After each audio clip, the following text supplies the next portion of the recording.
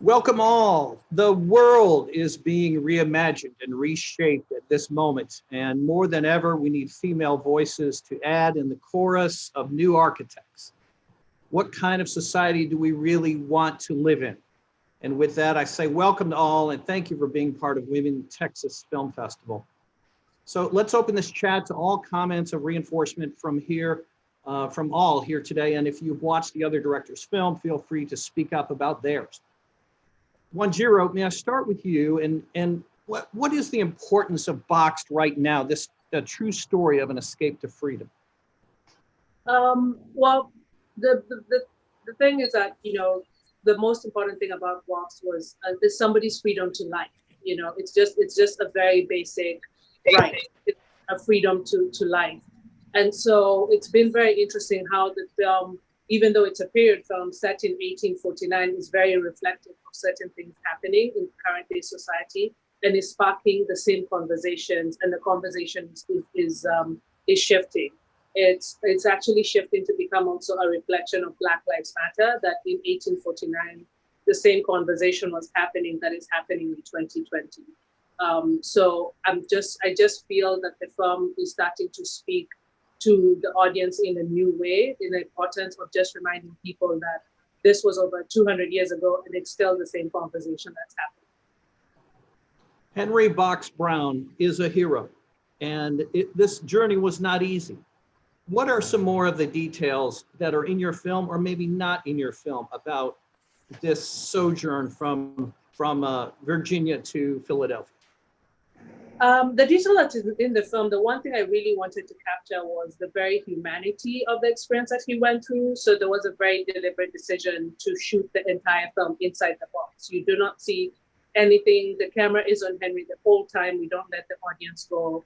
We don't give the audience a moment to breathe. We wanted the audience to experience the journey exactly how he endured it. And so that was a very deliberate decision to film that way, to be able to show the fear, the decisions he had to make on the way to his journey. His journey was triggered as from a sense of loss. He was saving up to buy back his wife, his freedom, his wife and his children, and he came back from work where he worked in a factory to find his family had been sold to another plantation owner. So for him to have to make that journey, knowing he would never see his family again, knowing the terror that he would face, and he was in that box for 27 hours with just a little bit of water and food that he carried. He was hunted. They were looking for him. I wanted all of that to come out in the story. He was a happy man when they opened the box. So what did he say? There's no record on what he said. So for me, I focused on what would be the feeling when that moment when the box is opened. There's a drawing that makes him look very happy. There's a very famous drawing of him coming out of the box. But in actuality, I feel that, Henry went on to become more of an actor and a magician, and his trick was coming out of a box. So I feel that there was almost a mental aspect that broke him, that part of what he endured became part of his act and his performance. And it was actually a reason that him and Frederick Douglass would actually log heads because of that factor, that he felt that him performing as an actor and a magician was watering down the severity of what was happening to those who were not free yet. The name Henry Box Brown just should be known in history, shouldn't it? By all American students. Yes, it should be known. There are a lot of stories. I knew of the stories lightly because of the museum in Boston. The Newton Museum has a replica of the box he has, but it was through a conversation with Karen Parsons, who used to be on Fresh Prince of Bel-Air. She runs an animation company that tells Black history through animation for children, and the short films are on Netflix and the Sweet Blackberry. And so it was through that conversation that it reminded me. But the beauty of this film, everybody who watches it says that they go and they look up and want to know more about Henry, want to know more about that time, want to know more about the abolitionist movement. And because his story was so vocal that only a few people were able to escape afterwards after that, because it was printed in newspapers and stuff. And so slave owners became aware of that route, and that route wasn't an option anymore. Yes, indeed. And so after he gained his freedom, he was unsure whether he wanted the story published, wasn't he? Yes. At first, he did not speak about it, and then when he started speaking about it, almost became a caricature of the severity of the situation when he traveled. And I think that was, in my opinion, my personal opinion, that was his way of traveling, and of just dealing with what he had endured during the travel. And then the more he spoke about it, the more a spotlight became on him, and that's when the shift in what he chose to do and become a performer happened. There's a lot of dialogue in the film, but none of it from your actor who's on the screen. It's with him, it's all his eyes, isn't it? Yes, the actor does not speak. So we shot the film with no sound. We did not record any sound on set. Everything was designed in post-production, and that was a very deliberate decision because of how we shot the film. I wanted everybody to experience every single sound. Every word had a meaning. So we experienced Henry's journey from everything he's hearing around him as he travels. And so I had to make sure that sound was very crisp, very clear, so that it also stuck with the audience and just played off his performance. And the actor was amazing, performing just with, the physicality in this tiny space and using his eyes to express every moment of the journey was a very powerful performance on his end. Yes, indeed. I imagine for Henry Box Brown, every sound was magnified in there. Yes, I wanted to focus on humanity. I feel that when we're afraid, everything is magnified. And that was very important that, to have the audience feel that it was magnified, but even if somebody was speaking at the normal level, you felt it and it reverbed and you felt it in every part of your body. And you remember every sound and word and voice that you had. Thank you for making such a powerful statement and film. Thank you so much for screening the film. Yeah, don't go anywhere. Don't go anywhere. We're talking about Pizza Party now.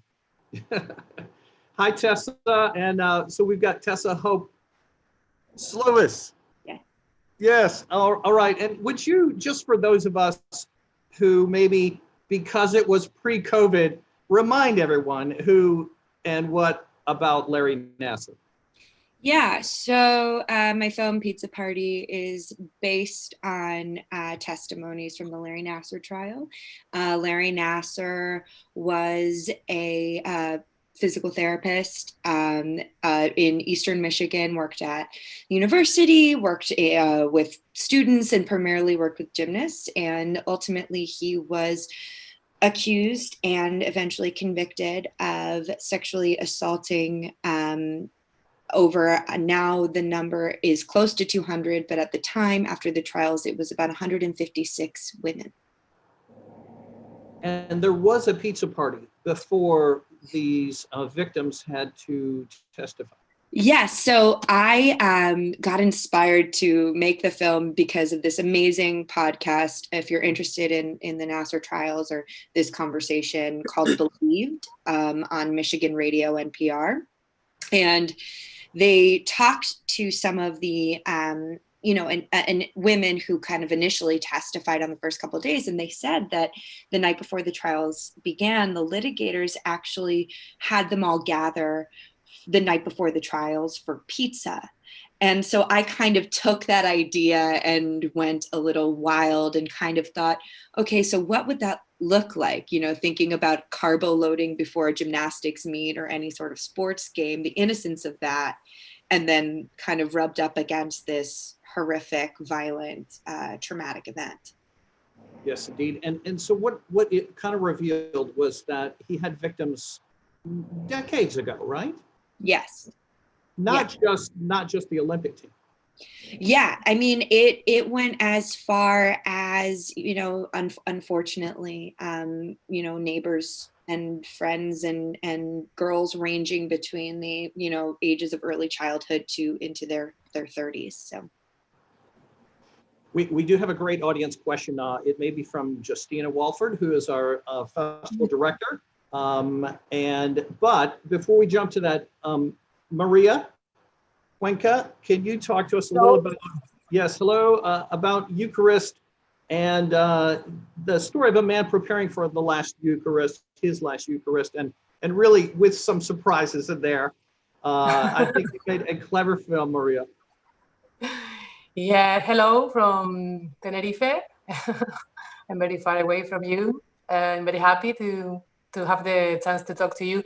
My film was based in a 100 words story I wrote for a contest like very long time ago, and I work normally as a nurse in a hospital, so I have a lot of experience with people like in the end of the very difficult disease. So I was like thinking about this idea of how some of my patients would love to have their goodbyes ceremony, to close this kind of moment to live the life. And for me, it was very, very, very important to maybe it was the first time I do like normally I do documentaries. I'm making another kind of movies, and was my first time in fiction. And I choose this subject about death because I think it's very interesting to explore our fear to death, no, how to say goodbye and letting go people, no. And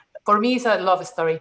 It's someone that decides something, and another person accompany this person for the most maybe difficult life moment.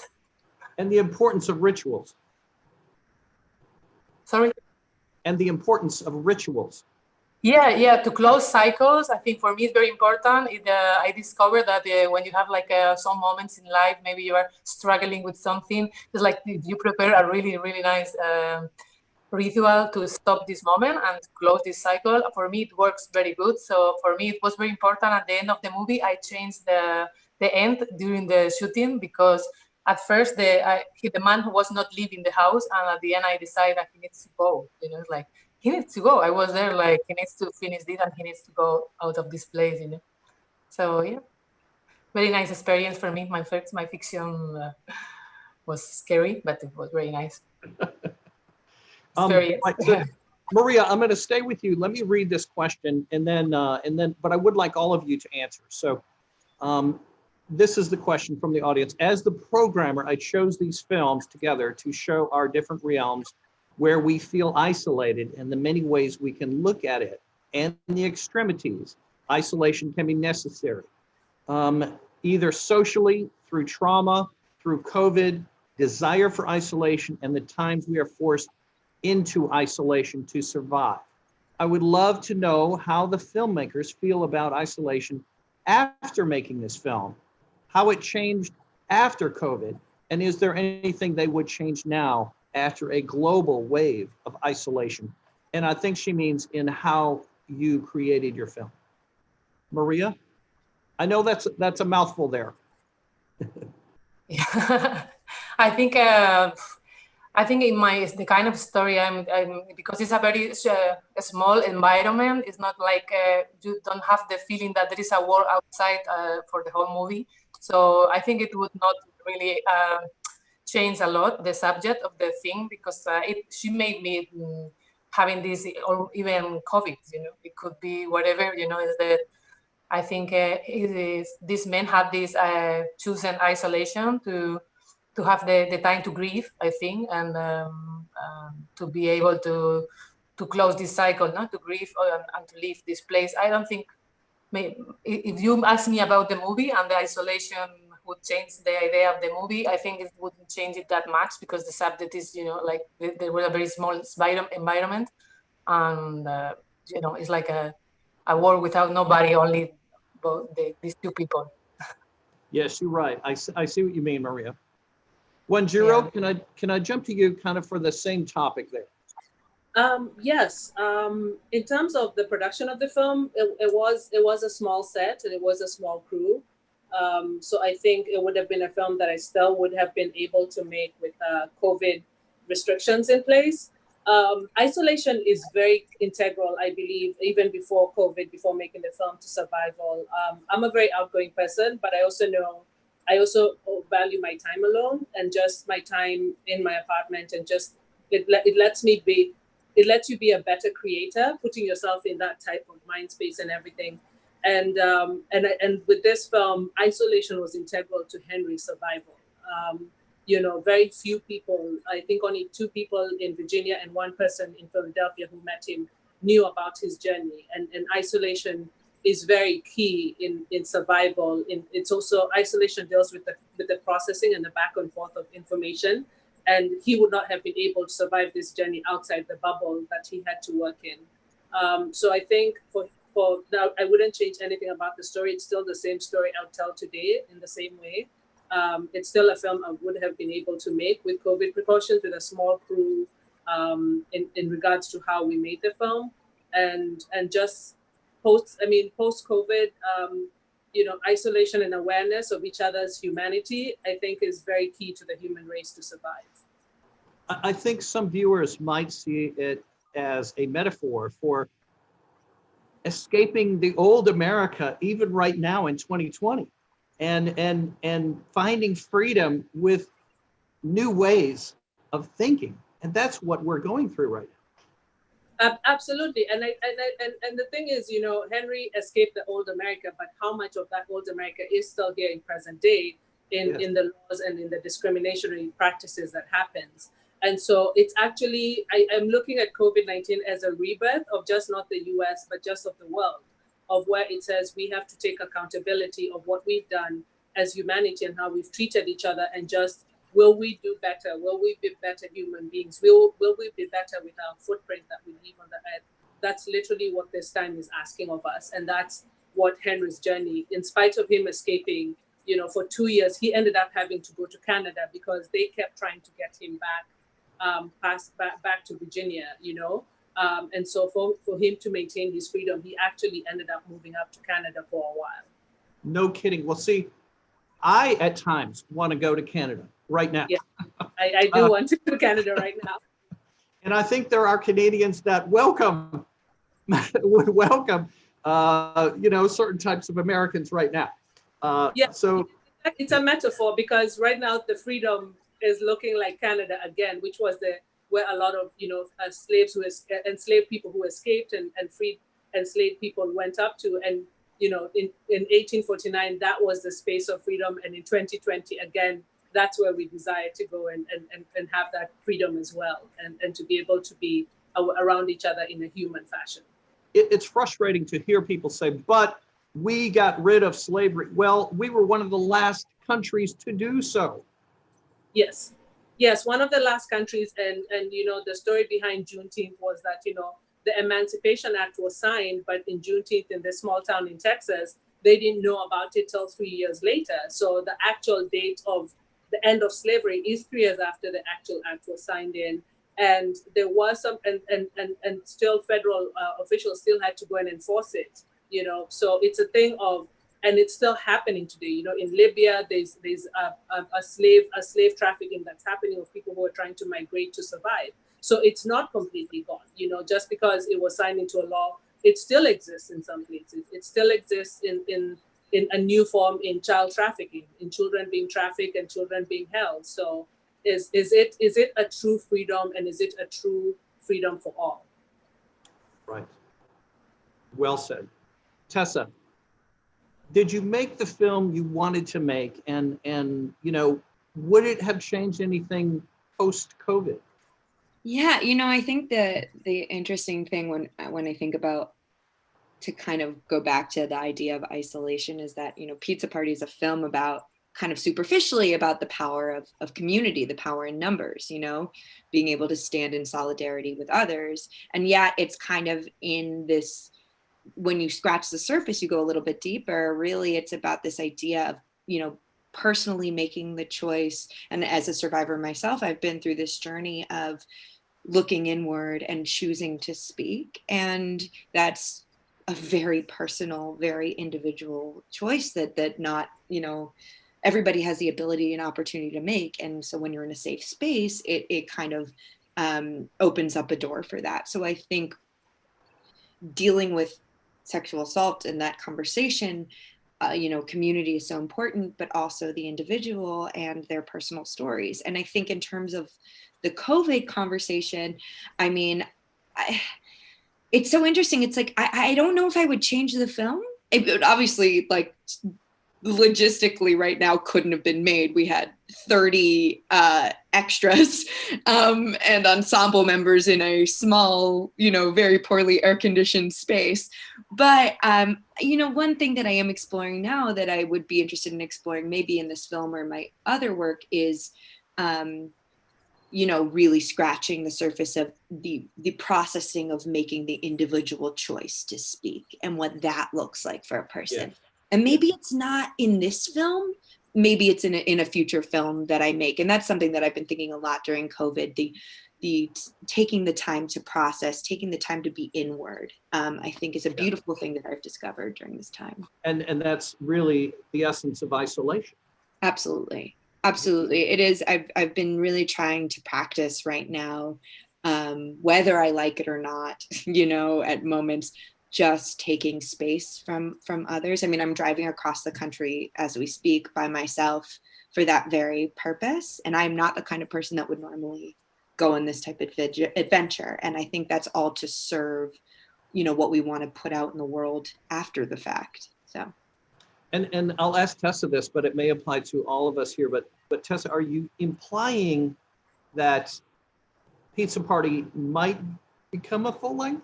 I don't think so. I think, I write a lot. I mean, my goal is to continue to unpack survivor stories. So whether it's within the realm of this particular community, I think that there are a lot of other stories to tell. So right now it's kind of shelved. It's funny, I've been asked that question a lot, but I think this piece in particular stands alone as for me at least, is like less of like a beginning, middle, end piece and more of like a trying to unpack the feeling of that moment.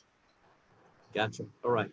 Maria, have you had a burning desire to expand on Eucharist? Sorry, say again. If Have you had a desire to expand on Eucharist or make it a longer film?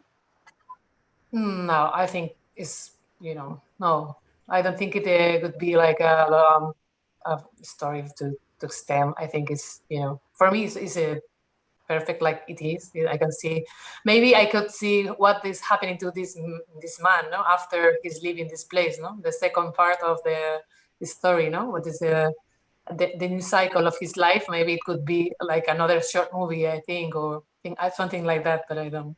No, I'm not interested now in writing a script for a story, because sometimes my English, I don't practice that much. For a script for a movie of over 90 minutes, so I'm so busy at this now, to be honest. It yeah. is, So. yes. Very good. It is a concise story. It is. Yeah, I think so. I think it's very ended. Agreed. Wanjiro, is there more? I know there's always more. There's always more.